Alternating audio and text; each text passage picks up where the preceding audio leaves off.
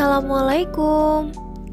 Video ini akan membahas materi sejarah Indonesia, keberhasilan dan penyebab runtuhnya masa Orde Baru.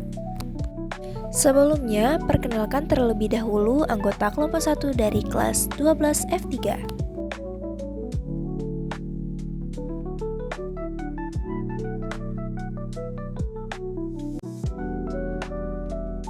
Keberhasilan masa Orde Baru. Pada periode 1966 sampai 1998, Indonesia dipimpin oleh Presiden Soeharto yang disebut sebagai era pemerintahan Orde Baru. Orde Baru dikenal sebagai rezim yang otoriter dan militeristik serta bertujuan untuk mencapai stabilitas politik dan keamanan negara. Pada akhirnya, Orde Baru berhasil mencapai tujuannya. Berikut ini keberhasilan pemerintahan Orde Baru dalam beberapa bidang. Pertumbuhan ekonomi yang meningkat hingga 7% pada 1 April 1969, Soeharto menjalankan program Repelita atau Rencana Pembangunan 5 tahun. Revolusi Hijau bertujuan memodernisasi sistem budaya pertanian di negara-negara berkembang, khususnya di Amerika Latin dan Asia. Terbukti 1984 Indonesia mencapai swasembada pangan dan berubah dari negara pengimpor beras menjadi pengekspor beras. Perkembangan dalam bidang pembangunan.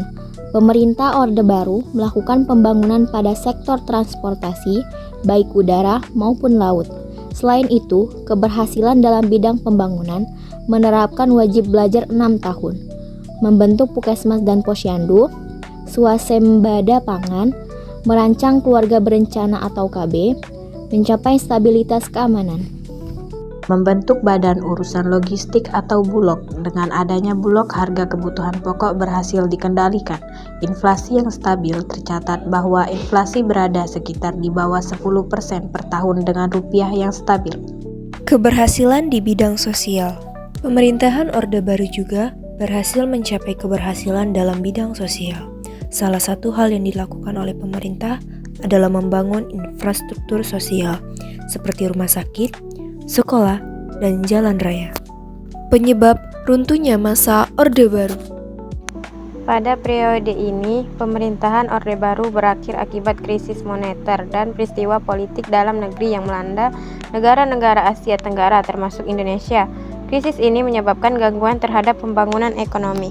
Mundurnya Presiden Soeharto pada tanggal 21 Mei 1998, di tengah tekanan yang terus meningkat, Presiden Soeharto akhirnya mengundurkan diri dari jabatannya.